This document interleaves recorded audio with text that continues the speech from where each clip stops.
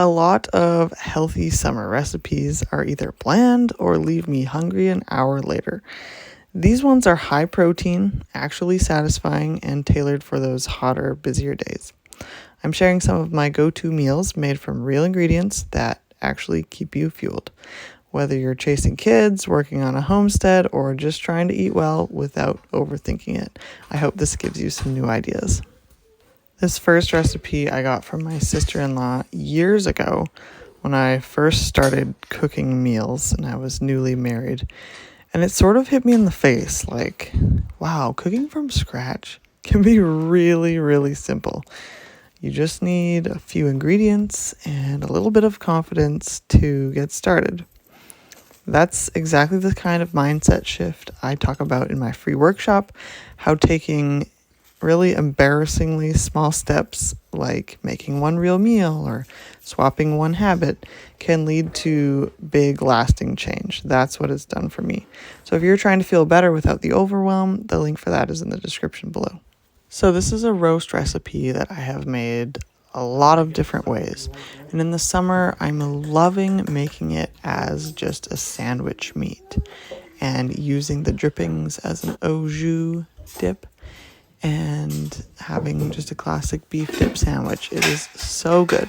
So you can take literally any type of red meat roast. I have a beef I have round, but I've used tons of different cuts of different types of venison as well.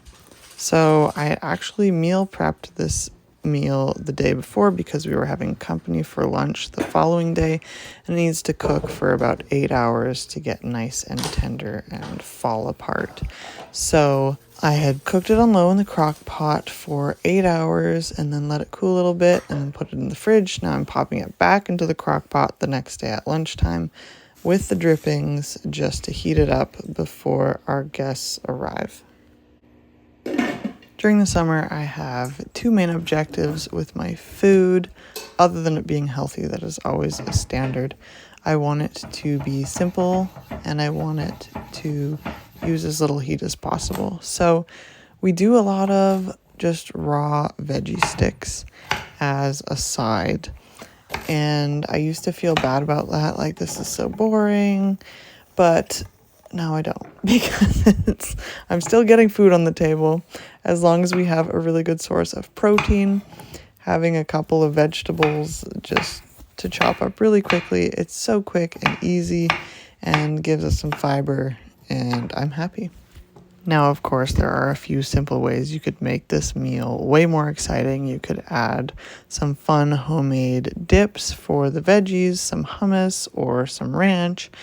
You could get out some different toppings for the sandwiches, some cheese, some pickles, but I keep it simple, and this is all we did, and it was great. While I do my very best to source and cook high quality, healthy foods, I know that because of modern farming practices, there are still likely some gaps in my diet, and especially when I'm pregnant, like right now, or nursing, I am not willing to risk leaving those gaps unfilled. That's why I take a high quality prenatal vitamin from Needed, who I'm so excited is sponsoring today's video.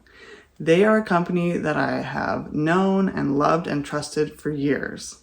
I first heard of them on a podcast where one of the co-founders, Julie, was interviewed, and I was so impressed with how much she knew about what women actually need in pregnancy, and it was clear that she really cared. Most prenatal vitamins just don't measure up.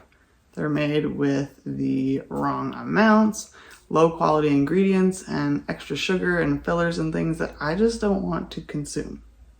Needed offers more than basic nutrition. Every ingredient is purposefully dosed, highly absorbable, and there aren't any extra fillers or junk, which I really appreciate. I recently learned that most mothers are not meeting key nutrient needs, even though most mothers are taking a prenatal vitamin. Over the years, I've looked into a lot of brands, and the Needed prenatal multi-capsules and powder are by far the most complete I've found. They have 26 vitamins and minerals in the optimal forms and dosages that are best for both mom and baby. If you're in a season of pregnancy, postpartum, or even just planning ahead, I can't recommend Kneaded enough. I have complete peace of mind knowing that whatever gaps are in my diet are being filled and my baby and I have what we need to thrive. Right now, Kneaded is offering an extra 20% off your first order, including one-time purchases and already discounted plans and subscriptions. Head to the link in my description or use the code HOMEINTENT at checkout. Thanks so much to Kneaded for sponsoring today's video. This next meal is one that I have adapted from my husband's childhood. It's called Garlicky broccoli pasta. Now, it doesn't sound like there's much protein in it because if you use regular pasta, there wouldn't be any. But I buy a red lentil pasta from Costco, and I use this pretty rarely. This is a meal that I put together when I don't have any meat thawed out, or for lunch if we didn't have enough leftovers from the night before, because we usually plan on leftovers for lunch. However, if you don't have this certain type of pasta, which you probably don't, you can add a lot of protein just by adding some leftover roast, for example, like from our beef dip sandwiches would go great in here, or some leftover sausage or bacon, or even shred up a bunch of cheese and add it in. There's a lot of ways to add protein to recipes like this that have flavor profiles that go great with a lot of different meats. So this is so simple and easy. Take a bunch of garlic cloves. I usually take probably 10 or 12. Mince them up, and then you're going to slowly heat them up in some butter and olive oil. You could do one or the other. I usually do some of both. Be sure to cook it low and slow so you're mellowing out that beautiful garlic flavor but not going to burn it. Then you're going to cook your pasta according to your package directions. And as you saw before, I was cutting up some broccoli. I usually get the frozen organic broccoli from Costco. I find it's really good quality.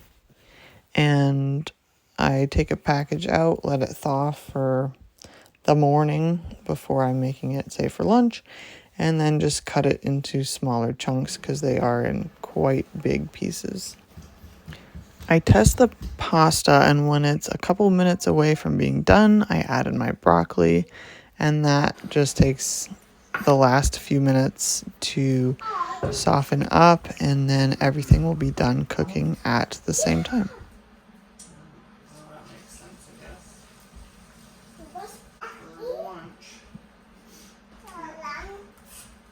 After straining, just add your garlic and butter mixture, stir it all up, season generously with some salt and pepper. Like I said, you can always add cheese on top. We sometimes use nutritional yeast. We don't eat a ton of dairy in our house. Nutritional yeast makes it kind of cheesy, adds some vitamins, so sometimes we use it.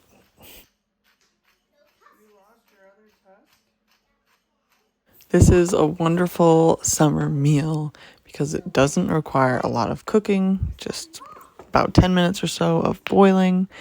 It has great flavor and it's really easy and quick to make.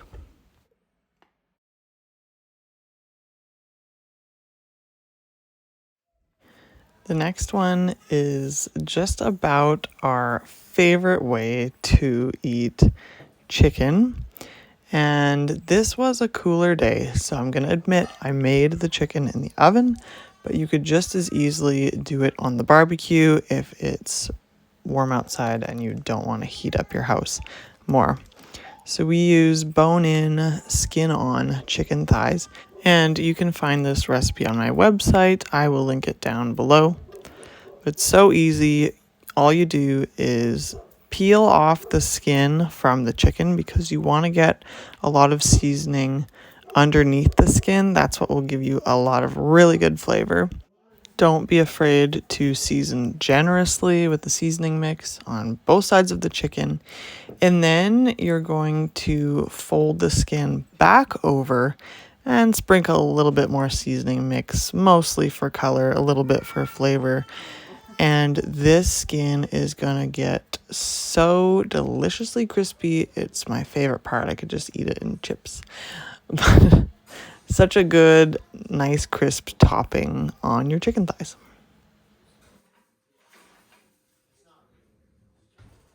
While the chicken is cooking, I'm going to get some rice going.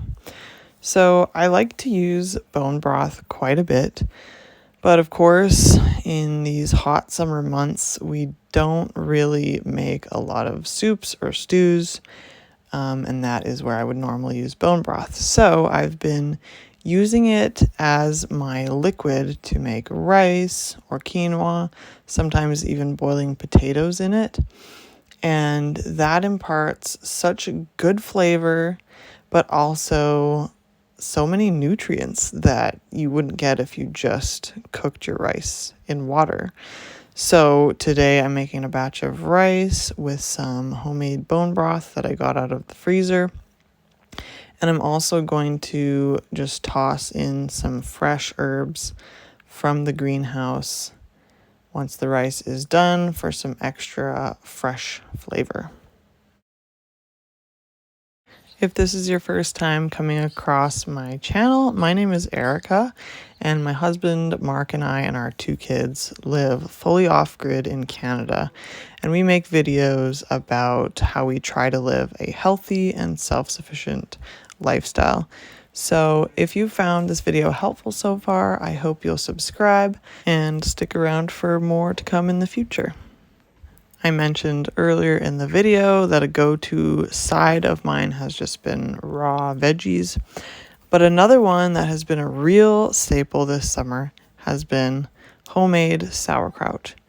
It's so easy to make a big batch and just keep it in the fridge and just pull it out when you need a little something extra, but you don't want to cook a vegetable or even cut a vegetable. Just put the sauerkraut on the table and eat it with your meal. So good. I showed my process for making homemade sauerkraut in a previous video. I'll link that here too. We really don't venture into meatless territory very often. Meat is such a huge staple for us, but sometimes I get the itch to just try a new recipe that I have found, and that's what happened with this one. It sounded so fresh, so summery, so good that I wanted to try it, and it did have 2 plant-based sources of protein, so I was confident this would be fine for a meal to try it out. And it is a mango black bean quinoa salad. I always rinse my quinoa before I cook it. I just find it helps to remove some of that bitterness. And then I also put a little bit of oil in the pot and just heat it up, kind of toast it for a couple of seconds. That helps too. Sorry, not for a couple of seconds, for a couple minutes. Stir it up so it doesn't stick on the bottom, and then I'll add my liquid and cook it as normal. I will link the recipe that I followed down below. I love recipes like this because there are so many fresh ingredients that you really don't need to have all of them. There were a couple things that I didn't have, but looking at the ingredient list, I knew that it was going to turn out delicious anyway, because missing 1 or 2 things out of a list of so many delicious things, it was going to be just fine. So what I used was a can of black beans, a red bell pepper, a very ripe mango, a couple of avocados, and some cilantro, along with the quinoa, of course, which I will add after it's cooked and cooled a little bit. I have definitely been in a bit of a cooking rut lately. I have a lot of different recipes that I choose from, but they're all, still very familiar to us. So it is really nice to branch out even once a week to make something somewhat different from what I usually do. It makes cooking more exciting. It obviously makes eating more exciting for me and for the family. So I don't pressure myself to make a whole new meal plan every single week, but adding 1 or maybe even 2 if I'm ambitious new recipes to try is totally doable, and it does keep things from getting too stale. Speaking of that, I would love to hear in the comments what are some of your favorite meals to make in the summer. I want to try them and see if there's something that I would like to add to our regular rotation, because I want to just keep on building my repertoire of favorite recipes that we can make that are healthy, easy, filling, all of that. So let me know in the comments what your favorite summer meal ideas are. Now that all of the salad components are prepared, I just need to make the dressing. So I'm mincing up some garlic to start for that. And the other ingredients are olive oil, honey, which I chose to use maple syrup because it was more easily accessible in my fridge, lime juice, chipotle chili powder, Dijon mustard, salt, and pepper. Making dressings and sauces is something that lately I've felt like I should probably start experimenting with more, especially when I'm in sort of a cooking rut, because I have all these separate ingredients that could be combined in so many different ways to just level up my meat or my salad or my veggies with a nice little dressing or sauce. So if you have any ideas for that as well, let me know too, because that's something I've been ruminating on a little bit, and we'll see where that goes. Once the quinoa was slightly cooled, I added it to the bowl along with the dressing, and this salad was really good. Honestly, I liked it better the next day when it had sat in the fridge for a little while and it was colder. I didn't like the warmish temperature of it this evening, but it was still delicious and a fun new find for summer. I hope you enjoyed this video. Thanks so much for watching, and I'll see you in the next one. Bye.